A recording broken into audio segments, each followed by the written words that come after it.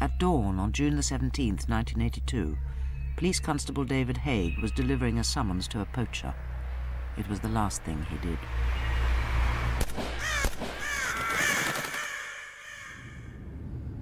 It should have been someone else in that car. It was Mick Clipston's patch. He was sent out to find his colleague and friend, David Haig. Coming down Norwood Edge, I could see a police car, and it was stationary. The doors were open. When I got nearer, I could see that somebody was laid at the side of the police car. When I looked at him, there was a hole right in the middle of his forehead, and he was dead. The poacher was soon discounted. So now it was an investigation into the brutal killing of a policeman, a murder with no apparent motive. It was day one in a 17-day reign of terror by a ruthless gunman who was able to outwit the police at every turn.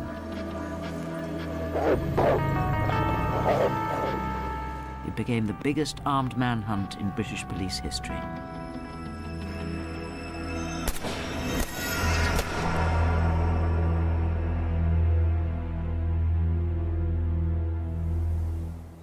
Found under the murdered policeman's body was his clipboard.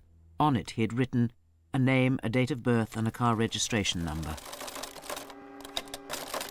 Constable Haig may have recorded the clues that would catch his own killer. But the name was false. The car was traceable. It was a green Citroën bought 5 months before in London. On day 3, they found the car abandoned in a field 25 miles away from the Haig murder. There were no fingerprints, no traces, no clues, and the news from London was no help. The buyer had used a bogus name. The trail was cold. They just had to wait for something to happen.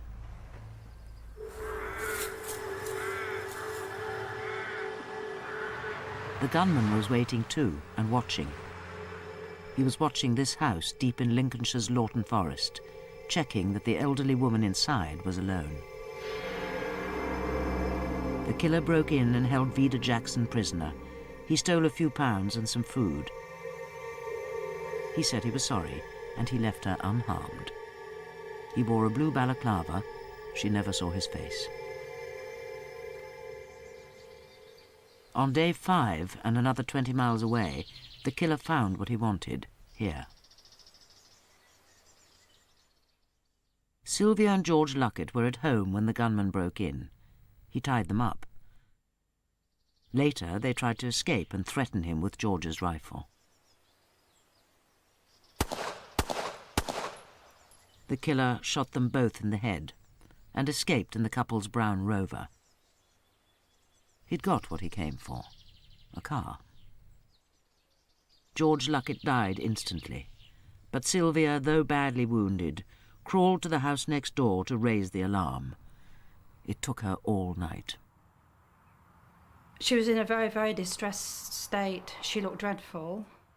She had nothing at all on her feet, nothing at all. Her trousers and her blouse was just wringing wet through, and of course she was covered in blood. She just looked horrific. We thought she was going to die on us.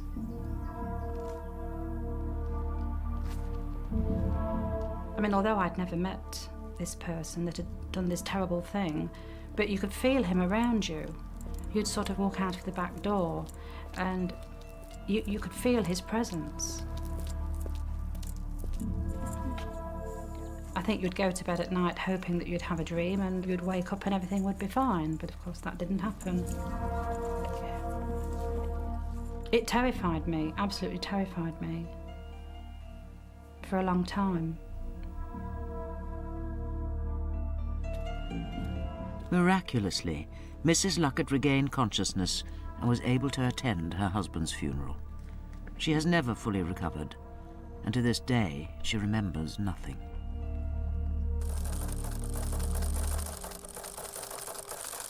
Despite 2 murders, the police were no nearer the killer. Once again, their only clue was a car. They had to stop the most dangerous man in Britain before he killed again.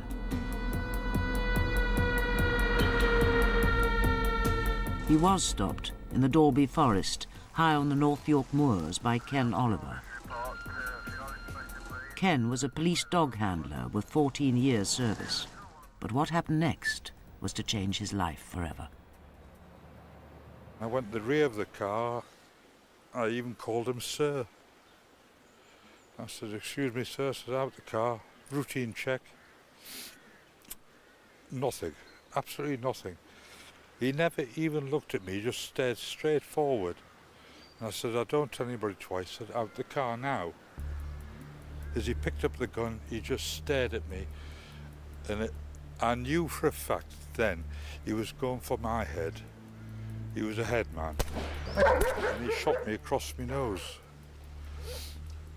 And that hurt. And my young dog came out and he shot him twice, which just gave me enough room to start and run. And I felt this pain under my arm when he hit me, and then thud thud somewhere in my back. I've no idea where that was. And I got up to this holiday cottage where there was 2 little girls playing with their granddad. I was shouting, I was a policeman, I'd been shot, and I just gathered the kids up. I've got it very vivid now. I thought he'd follow me through the door. I just had to get the kids out of the way. I thought he would, if he took me out, he would take the kids out as well. I was convinced this man was on a mission. It just terrifies me. And I've remained terrified ever since.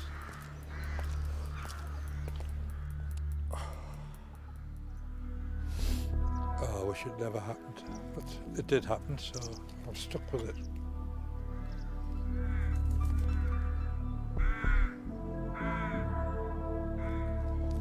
It drove me to drink harder. It's the only way I can sleep. It caused me to leave the job that I loved. It's just a living nightmare. He just ruined my life totally.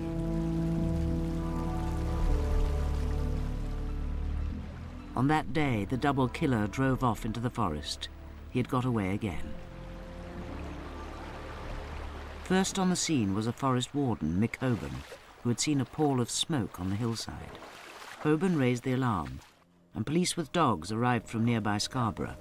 They found the getaway car burnt out.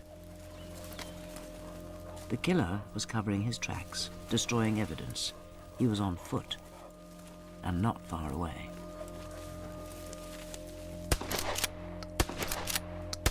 To warn the killer they were armed, they fired over the car.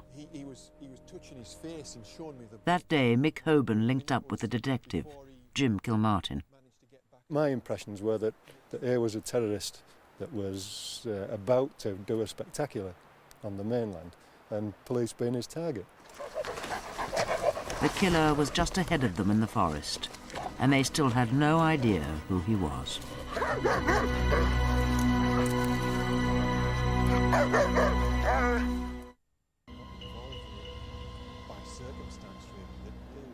When we entered the woods, it became obvious within a very short distance to me that here was a man who knew what he was doing in the wilderness.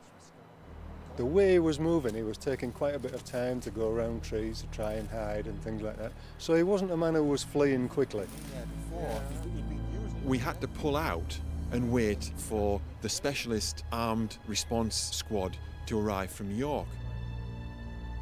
The journey time from York to this part of the forest is about 3/4 of an hour, but there were several hours in arriving, which was critical on the night.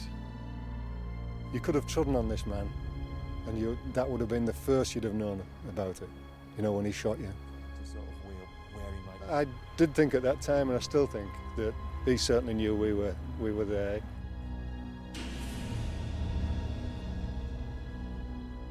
but he'd really become the phantom of the forest. He was in his environment. This was the place he liked, and we were the strangers here. And so he took advantage of that for that night.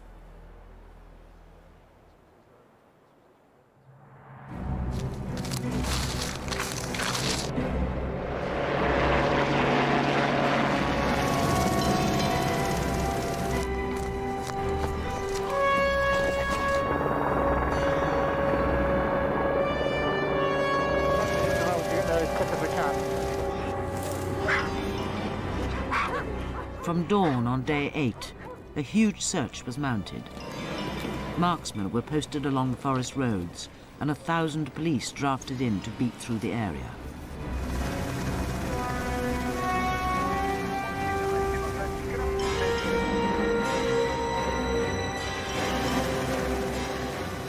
But on the first day, they found no sign of him. Who was the phantom? They found an answer, not in the forest, but 50 miles away.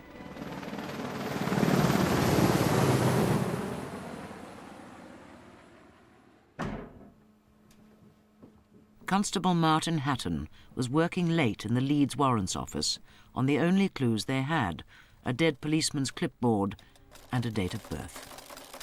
Everybody lies about his name, but you don't lie about your date of birth. Because if you are being interviewed later and later and later, you will have to give your date of birth. And what's easier than the truth? Now, the system holds 4,000 to 5,000 current warrants of people wanted at the time. So I decided to go through the system looking for the date of birth. A couple of hours later, under Edwards was a Barry Edwards wanted for an offence of wounding. I had a gut feeling at that time that this is the man.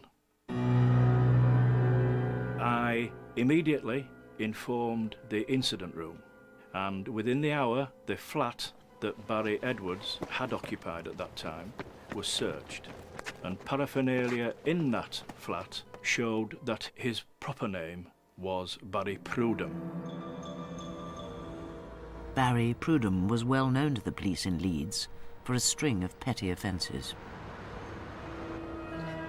He was a keep-fit fanatic, obsessed with weapons and the military. From inquiries, a picture emerged of a man at the end of his tether. His marriage had broken up. He was now in debt. On this street, Prudom, in a fit of anger, had attacked a driver with a tire iron. He was facing a serious assault charge. But the police could find nothing that would give him a motive for killing, especially policemen. But if Prudom was the phantom, they did get one clue on how to find him in the forest.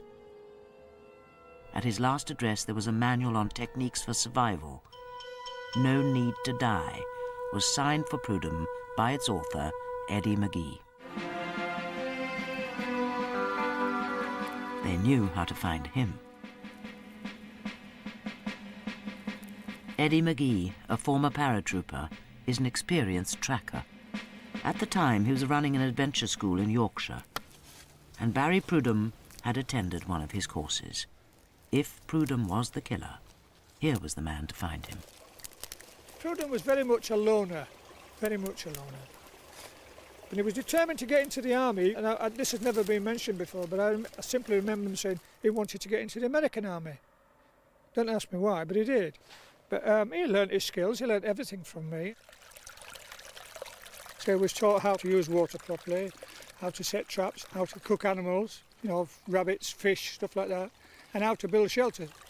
Providing he did everything that he was shown, he'd have had no problem in the forest. He could have stayed there for weeks and months. For a man trained in survival techniques, Dalby Forest is 50 square miles of perfect cover. If Prudom was the phantom, he could be anywhere in there, watching the search, planning his next move.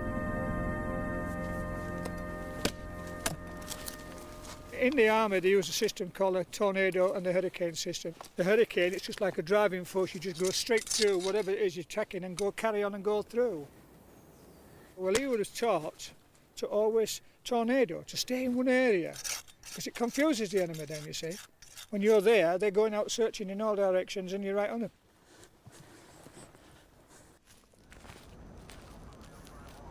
The hunters soon realized that the gunman could survive and evade. At the time, people lived in fear of an unknown and unseen killer, a nameless and faceless terror. For the only man who could recognize him was Ken Oliver, still in shock and in a safe house. I was convinced at that time that this man was looking for me because I was the only living witness. After a further delay of 2 days, Ken Oliver was shown the mugshot. The eyes. That's just the way he looked at me. Just callous. An evil, evil man. I've been living with that for 19 years.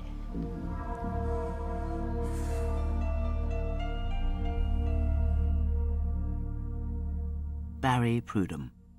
After 10 days, the Phantom had a name. The investigation was over. It was now a manhunt. Prudom had vanished from the forest. He was hungry and desperate, but he was not going to give himself up. In fact, he was going shopping. He walked down the road unchallenged right into the centre of Old Malton. On day 12, the hunt had once again turned hunter. Sergeant David Winter was on routine patrol in the town. With him was Constable Mick Wood from Traffic Division. He said he was going to have a word with a chap, and he pointed down the road to what looked like a little old man with a thumbstick. And I said to Dave, right, I'll join you, and started to walk back to my car. Dave drove off down the road, and as I got back into my car and I looked back, I saw Sergeant Winter crouching down by the side of the police car and immediately then ran across the road. This chap, who he'd obviously gone to speak to, pursued him across the road, and I saw in his hand what looked like a small black automatic firearm. They disappeared behind the cottages. I heard a shot, just the one shot. I got out of the car. I could see just at the other side of the wall, Sergeant Winter's body was laid in the grass. I just dropped to my knees and got hold of him and tried to ascertain whether he was dead or not. Yes, he was dead. Yeah, he was dead. At 2:30 p.m. today, Sergeant David Winter of Malton Police, he was shot and fatally injured by a man who escaped into Malton. A search is now underway in Malton, where armed police are warning the public about the risks of facing this man, who is very dangerous.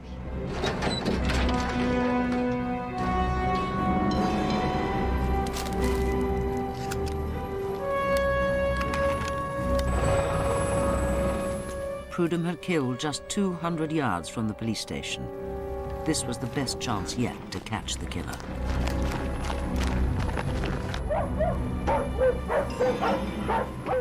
He could not escape across the river. It was in flood, and he was in the open. He saw what he needed, cover. There was a wood. Prudom followed it along the line of an old railway track.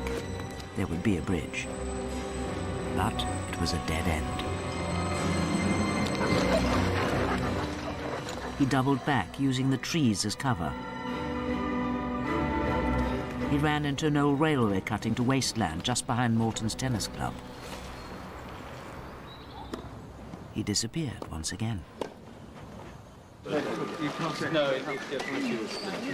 Chief Constable Ken Henshaw had to quell the rising panic. The murder of David Winter was a real shock. Everybody was devastated. Here we'd got another officer shot in the performance of his duty. It brought it home to people, the real danger that everybody was in, everybody who was in uniform. This man shot to kill. He shot to hit people in the head.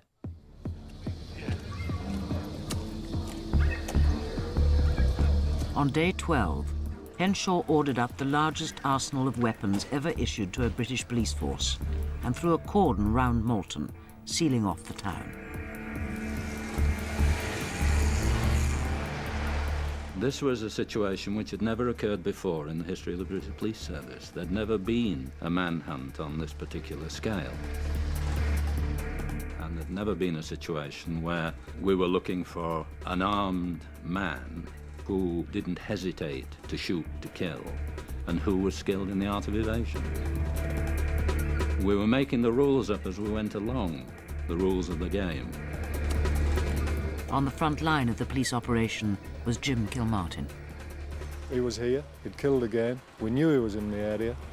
We just took up the best positions, overlooking the fields, overlooking where we could possibly see him before he could see us. Barry England was leading one of the armed units. Any citizen who reported seeing anyone at all suspicious looking, they were ringing it in. And everything that came in was passed to us. We immediately attended to it. We searched shops, we searched empty premises, we patrolled the main streets, and there were several incidents reported. But understandably, the local people were very worried and very panicky.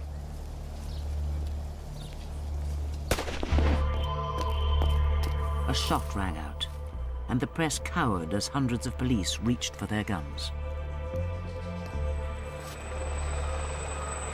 A policeman had been wounded, the head of North Yorkshire's firearms unit, Barry England's boss. The bullet went straight through the roof of the patrol car. Inspector Chelton received the blast down the side of his face, which covered him in blood because the blast would be enough to cause some damage. Well, I made my way over to the road and found out that in actual fact it wasn't the suspect that had fired the shot, that it had been an accidental discharge of a police firearm in a vehicle. All the journalists who were gathered around the police station suddenly hit the deck because they thought the police station may well be under fire, or they were. They got some really good footage of reporters taking shelter against this, what they thought was a gun battle going on. In actual fact, there was only the one shot. At the time, the chief constable let people believe that the shot came from Prudom. I didn't tell the press. I didn't really want to embarrass the officer any further. He was sufficiently embarrassed as a consequence of an accidental discharge of a firearm. But the town was in the grip of fear. The armed gunman was close by. The Phantom was free to kill again. We honestly didn't know where he'd gone. But unfortunately, there'd been a torrential downpour just after the shooting. And when the dogs got there, of course, the scent had all been washed away. So it evaded us yet again. Luck was on his side, and it was against us.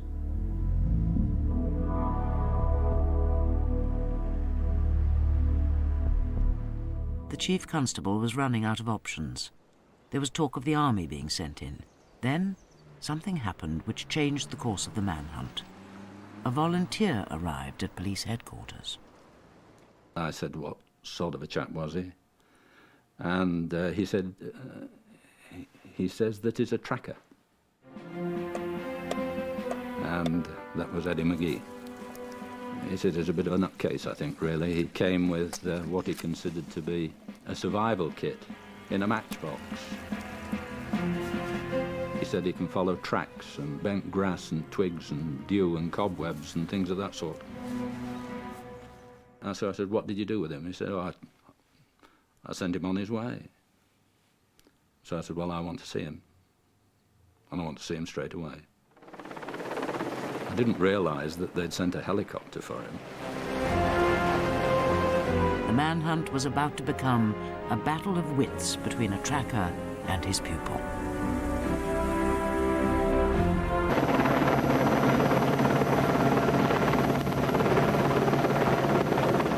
"13 days after the search for the Phantom began, with the killing of Constable Haig, Eddie McGee was finally airlifted to Malton to track down the elusive killer. Well, when I arrived, they knew very little about Barry Prudom at all. I told them more about him than they knew. The problem then was to convince the policeman that this bloke wasn't an idiot in front of us. And unless we started to treat him like he was treating us, we would never catch him. Now that we have the services of this expert, I am very optimistic. But Henshaw was taking an enormous risk. It was the first time a police force had used a tracker in this way, and it was opposed by many of his senior officers. On the front line of the manhunt was McGee, with massive armed support on the ground. I was pointing out where we just got the last sighting, and I was telling the skipper to go down and what to do. And we flew around and I was telling him what to look for. Going round about 5 or 6 times, watching for the birds moving out. But we got another call to go somewhere else. So we were more or less up and down.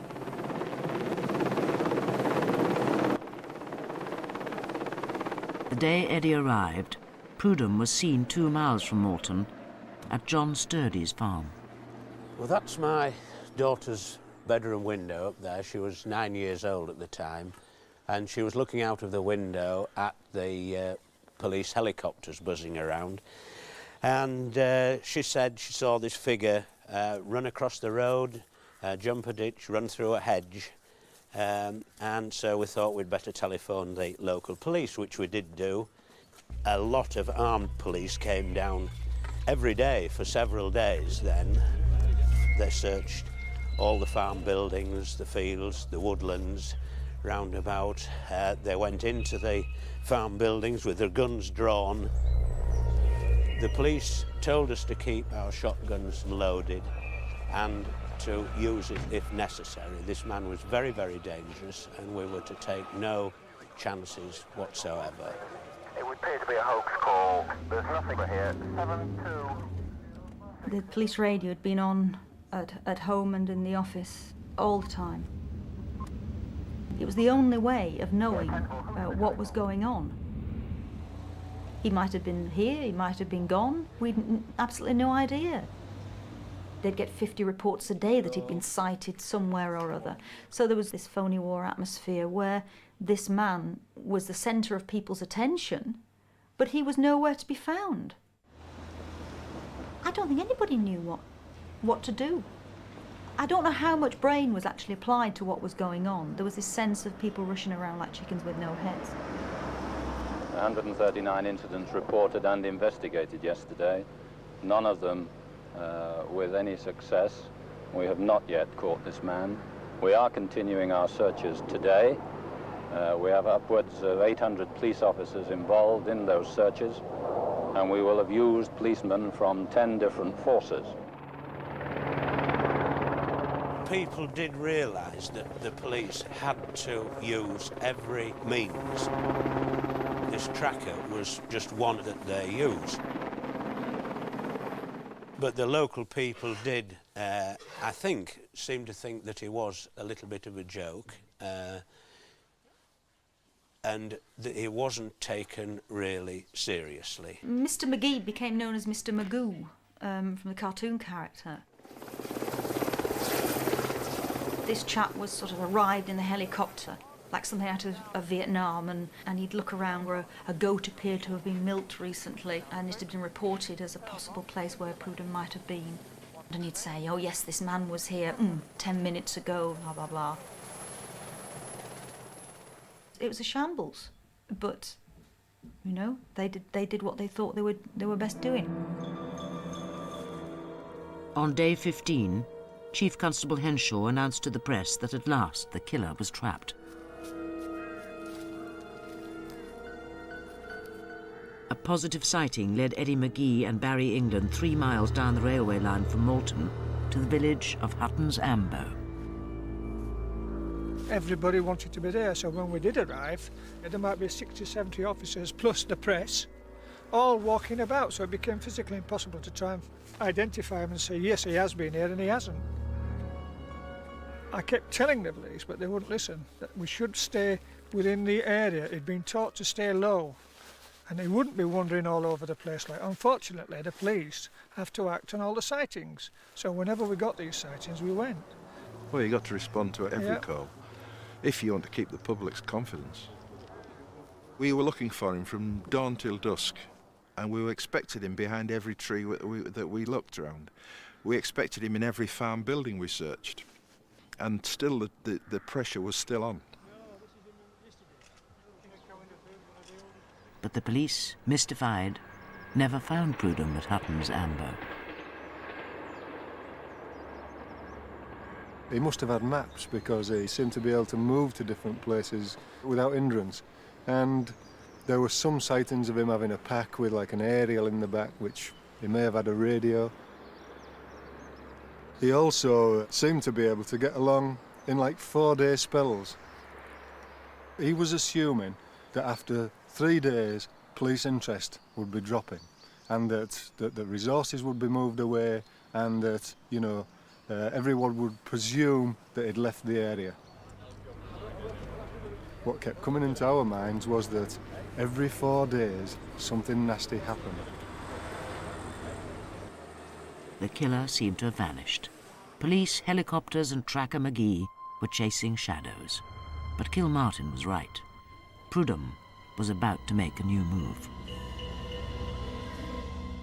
Eddie was billeted in a police cell, trying to second-guess his pupil. And I said, he's right under your noses. And they kept saying, no, he's gone to York. I said, no, he hasn't. He's been told to stay put. He's tornadoed. He's right here, waiting. When you get tired, he'll walk out.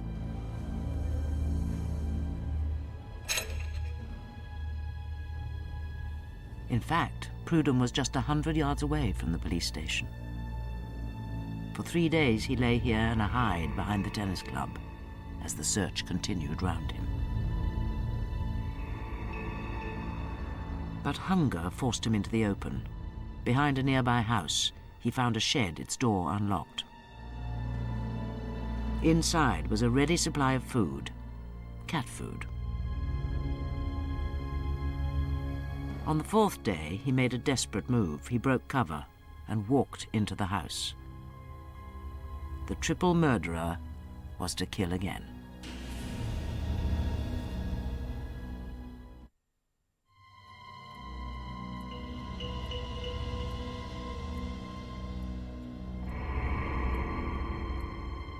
Maurice Johnson, a retired decorator, was at home with his wife Bessie. Their son Brian was at the family allotment. When Bessie went into her dining room, she was confronted by Prudom and his gun. He pointed at me and said, you know who I am? And I said, well, no, I don't. You see, as calm as that. And, you know, I don't know, it's funny now, I can laugh, but I thought that it was a kid having a prank, you know, because his eyes are not old. It's not a bit like the picture. And I came in at 6:30 into the kitchen. I came in that night and I was carrying a bucket of eggs. I'd collected about 6 dozen eggs. And I was about to put them down, and I looked across over the table, and there was a gun pointing at me, and I realised who it was then. And I ran through there and shouted at my mother and father, and he came through to me and he said, you did right to run that way. He said, because if you'd gone that way, he said, I'd have put a bullet in the back of your head. And went upstairs. The killer bound the 3 of them hand and foot and forced them to lie on the floor. And when he came back in again, my father asked if he could sit up in the chair, and he let him. And then my mother sat up there, and he asked me if I wanted to sit down, so I came down and sat down here. and he tied the... he took the bailer band from behind my back and tied my hands in front of me. And then he knelt down there at the back of a buffet and put the gun on the buffet. And he was... Oh, he went up to the toilet several times. And one time, he left the gun there. And we all looked at each other and shook our heads, you know, don't touch it, sort of thing. And he went halfway upstairs and then came back in again to see if we'd touched the gun, you know, and then he saw that we weren't going to bother, so he went upstairs and left it there, you know. As the night went on, we sort of got talking as though we'd known each other for years. He was calling me Brian, and my father, he was calling him Dad. Former Sergeant Major in the Parachute Regiment, Mr. McGee is a highly trained tracker. That night, Prudom insisted on them all watching the television news. It was the day Eddie McGee was tracking him at Hutton's Ambo. Thick undergrowth and difficult woodland, but the police say he's having... What they showed on the news, I mean, it was a load of rubbish. He'd never been at Hutton's Ambo at all. He said Eddie McGee couldn't track him. He said, but he could track Eddie McGee.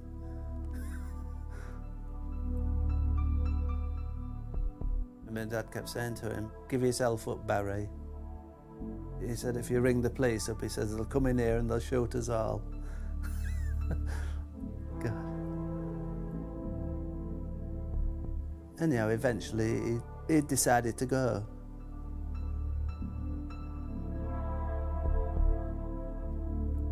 Before he left, Prudom gave Brian a present. United States paratroopers ring. He said I had to have it. He said, promise me that you'll wear it. And I said, yes, I will.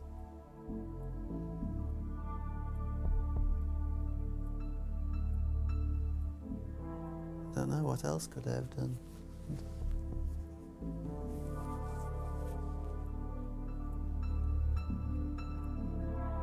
He wanted some sandwiches to eat, so my mother made him some more sandwiches. He said, this will be the last supper. So obviously he knew he was going to die, he knew he wasn't going to go anywhere. He shook hands with us all and said, thank you very much for everything. It's nice to meet nice people. I didn't know there were such nice people about. And then he just disappeared into the night. And that was it, which was about 3 o'clock then in the morning. Shortly after 5 a.m. this morning, a telephone call was received at Malton Police Station from a Mr. Morris Johnson. It was day 17. Helicopters were scrambled and mobile patrols fanned out around Malton. The police had to catch Prudom before he could escape again.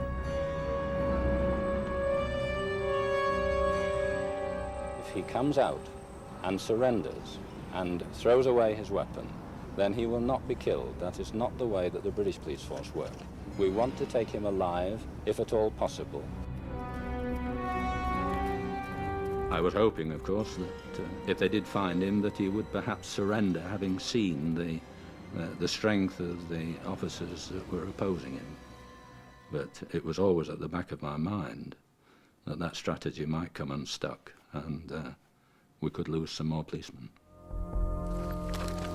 And again, officers attended straight away, and police dogs attended. And again, the dogs failed to find him.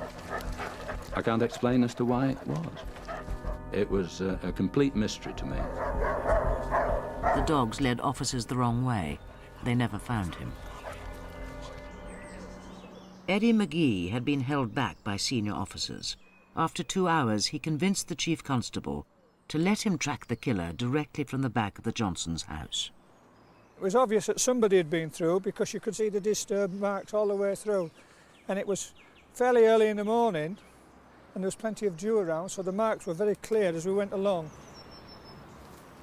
When I got to about here, it was easy to see, look, where you can see the mark on the tree where the branch was broken, where somebody had gone through, pushing the branch to one side and snapped it off.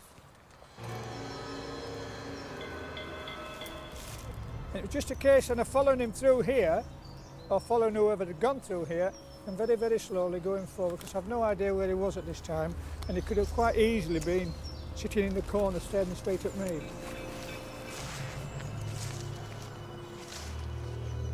It was fairly misty, it was wet, and just like you can see here, there was a definite footprint where the lad had come, Prudom had come to the edge, and you could see quite clearly where he'd gone across on the dew, right across towards that fence thing over there.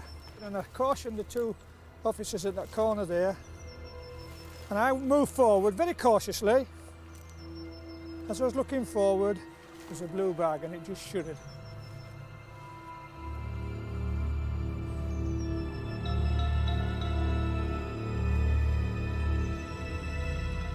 As I stepped in like that to have a look, his leg came out and it pushed my leg back. And I looked inside like that and I was looking straight into his face. And he was lying prone there, he had the gun across his chest and he had a machete on his side, and I just literally stepped back and I said, "Jim, he's there." Eddie then did exactly as he'd been instructed to do and moved away. You've got to remember that all this time that he was unarmed, and so, you know, he had no ability to defend himself at all. I recognised his face, he had his hat pulled down over his eyes like that, and when I saw the bloody gun, you know. We'd finally tracked this man down. We'd got him. And I ran and round the corner and headed for the end where I thought that this was the only escape route that was available to this guy. So I came to this point at the end of the wall, and then I called out to Barry, really he could do to give himself up now, and to throw out his weapons and come out with his hands up, really. But he never answered at all. He never gave any indication of either wanting to talk or of wanting to surrender, and he made absolutely no movement. The people of Malton heard on the police radio that at last the killer had been cornered. TV news crews kept their cameras running. In the police station, the chief constable made the decision to hand over command of the operation on the ground. The report came. Eddie's found him, and we've contained him. We've called on him to come out. He won't come out. And just by sheer chance at that moment, a contingent of 70 officers were arriving from Greater Manchester Police. So I deployed those officers as a perimeter containment force around the area to make sure that no members of the public were likely to get involved if there should be any gunfire.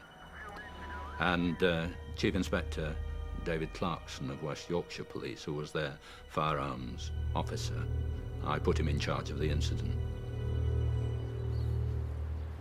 I went forward with the shield, but then when I come to the wall itself, I can use the wall then to protect myself from whoever's behind the lean-to. The tracker, who I know was Eddie McGee, I'd never met him and still haven't met him. I can only say this, Eddie McGee never saw him. All he saw was a foot. And unless I won't take positive action unless I'm absolutely sure, and I wasn't sure. And I put my shield down, and then I put my gun aside because I wanted to see if I could disturb him and find out who it was. So I climbed up the wall very cautiously, looking down all the time, and then I saw that the larch lap fencing, so I tried to move it, but I couldn't get enough leverage because the more I leaned, the more I was exposed. But I spoke to him, and I got no response whatsoever. Then, as I'm doing this, the gun went off, and I fell back. And then I realised that that must be Prudom, because that's his normal reaction. He's not to speak to anybody, he's just to shoot them. And at that time, I'm sure I said fire.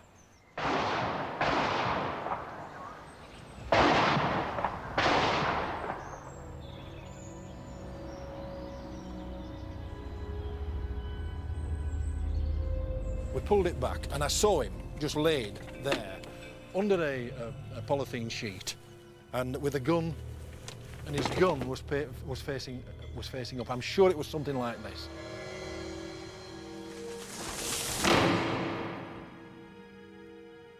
Police guns fired 17 times. Britain's most wanted criminal was dead. I thought that I'd caused his death, yes. Who shot him, I wasn't sure, but I thought I had caused his death. What happened could have been better executed. I thought we'd moved a little too quickly. Even now, I'm reliving it, and now I'm not happy, because I'm reliving what went on. And even now, I can't forget that day. It was a great relief when it was over. I was disappointed that it had to end the way that it did. A lot of my officers disagreed with me over this. They were pleased to see that he was dead. They think he deserved to die. And undoubtedly they were right. It was a fitting end, I think.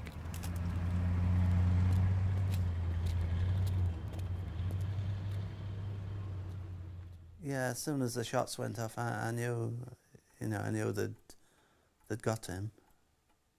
I knew that was it. The end. Yeah.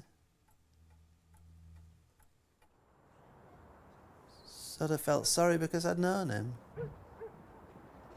There for revenge filled him full of lead. I think that was what happened. They shouldn't have done that, should they? It'd be for revenge. But even in death, Prudom had cheated the police. The post-mortem found that Prudom had not fired at Chief Inspector Clarkson. He fired into his own head. His last victim was himself. Police marksmen had fired at a dead man.